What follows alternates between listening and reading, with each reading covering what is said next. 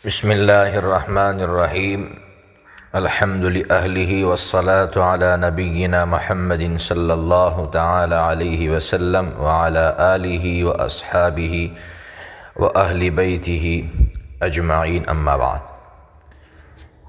ابھی قریبی زمانے میں مولانا سلمان اظہری صاحب کا ایک بیان بہت وائرل ہوا، جس میں وہ امت کو یہ ترغیب دے رہے ہیں کہ آؤ ہم متحد ہو جائیں، اور ساتھ میں اس کی شکل یہ تجویز فرما رہے ہیں، خاص کر اہل دیوبند سے یہ کہہ رہے ہیں کہ آپ کے اکابرین کی جو عبارتیں ہیں اس سے آپ انکار کر دیں، صحابہ کرام اور تابعین کی عبارتوں پر ہم آ جائیں۔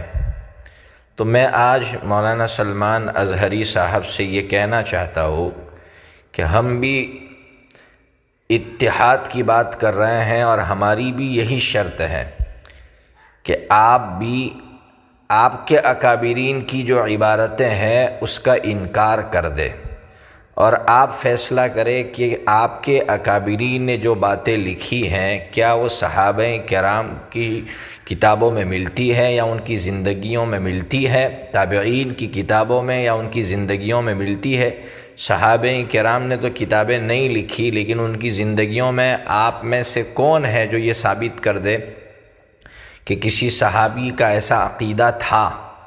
اس لیے میں اس کی کچھ جھلکیاں پیش کر رہا ہوں، اور پھر آپ جو ہے اس کا انکار کر دے تو انشاءاللہ ہم سب مل کر کچھ اصول بنائیں گے اور ان اصولوں پر متحد ہو جائیں گے۔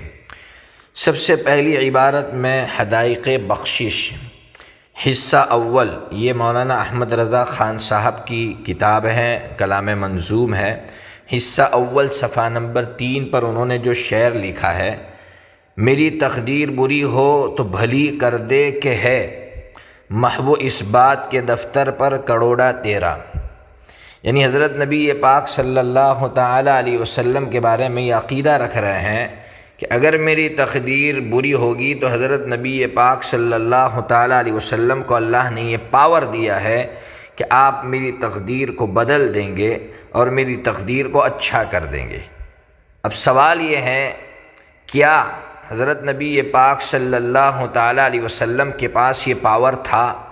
اگر تھا تو اپنے سگے چچا، جس چچا نے آپ کے لیے اپنا سب کچھ قربان کر دیا، خواجہ ابو طالب، ان کو ایمان کیوں نہیں دے سکے؟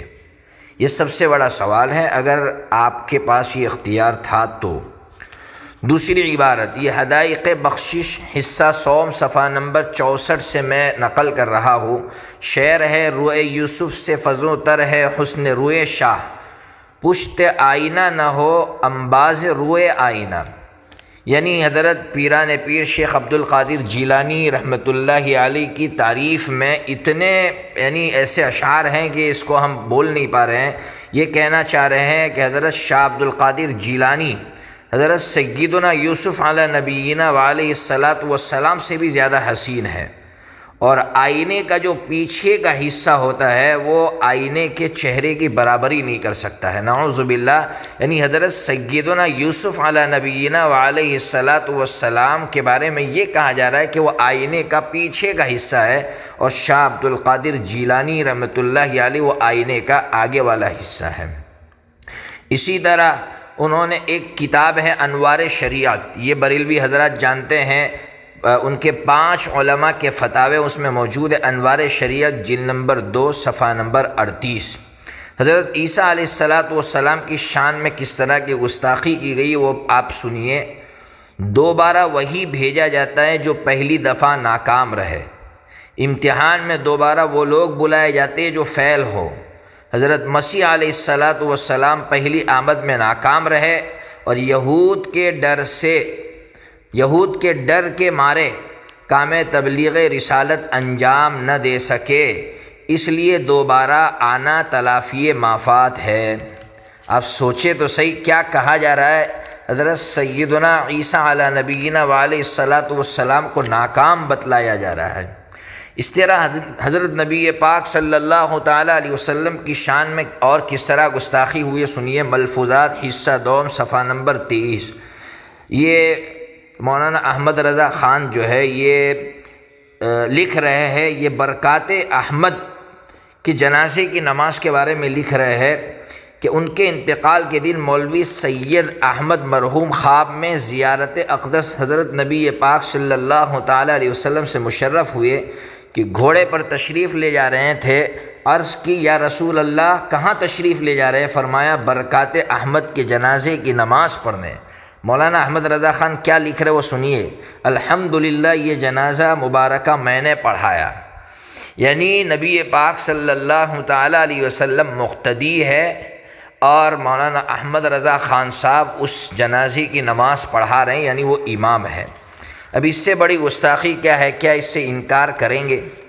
اسی طرح حدائق بخشش حصہ سوم صفحہ نمبر 37، اس میں ماں عائشہ صدیقہ رضی اللہ تعالیٰ عنہ کی شان میں جو گستاخی کی گئی تھی اور آج تک بریلوی علماء پریشان ہیں کہ اس کا کیا جواب دے سکے، وہ اشعار کا میں صرف سلیس ترجمہ کر دیتا ہوں کہ آپ اتنا چست و تنگ تیڑی لباس پہنتی تھی کہ قبا سر سے لے کر کمر تک بالکل کھنچ جاتی تھی، گویا ابھی پھٹی کے پھٹی جوانی کا ایسا ابھار تھا کہ سینہ اور پہلو کپڑے سے باہر ہو جاتے تھے۔ اب بریلوی حضرات یہ کہتے ہیں کہ یہ حدائق بخشش حصہ سوم جو ہے یہ اعلیٰ حضرت نے نہیں لکھا ہے، اعلیٰ حضرت کا مرتب کردہ نہیں ہے، جبکہ حقیقت یہ ہے کہ کچھوچوی صاحب کے جو صاحبزادے مدنی میاں تھے وہ بمبئی سے ایک ماہنامہ المیزان نکالتے تھے، یہ 1976 میں احمد رضا خان صاحب نمبر نکالا تھا، اس کے صفحہ نمبر 447، 448، 451، 452، 453 پر انہوں نے حدائق بخشش حصہ سوم کا حوالہ دیا ہے۔ اگر ان کی کتاب نہیں تھی تو انہوں نے یہ حوالے کیسے دیے ہیں؟ یعنی ماں عائشہ صدیقہ رضی اللہ تعالیٰ عنہ کی شان میں اس طرح کی گستاخی۔ اسی طرح بہت سے جو ہے ازواج مطہرات کی شان میں گستاخی سنیے، مولانا احمد رضا خان صاحب کی کتاب ملفوظات حصہ سوم صفحہ نمبر 28، وہ لکھتے ہیں انبیاء علیہ السلام کی قبور مطہرہ میں ازواج مطہرات پیش کی جاتی ہے اور وہ ان کے ساتھ شباشی فرماتے ہیں، یا اللہ، یعنی یہ کہا جا رہا ہے کہ حضرت نبی پاک صلی اللہ تعالیٰ علیہ وسلم کی یا انبیاء علیہ السلام کی قبروں میں ازواج مطہرات پیش کی جاتی ہے اور ان کے ساتھ رات گزارتے ہیں۔ اس طرح کی گستاخیوں سے تو بھری پڑی ہے کتابیں، اللہ کی شان میں گستاخی کے اللہ کے برابر قرار دے رہے ہیں۔ پھر آپ اپنے اکابر کی ان عبارتوں سے انکار کر دے، پھر ہم متحد ہوں گے۔ سب سے پہلے اس پر کہ میرا اور آپ کا یہ عقیدہ ہو کہ اللہ رب العزت اپنی ذات میں اکیلے، آپ کے سوا کوئی عبادت کے لائق نہیں ہے۔ اللہ رب العزت اپنی صفات میں یکتا ہے، اللہ کے سوا کوئی بھی دنیا میں نہ نبی نہ ولی مقصود دے سکتا ہے۔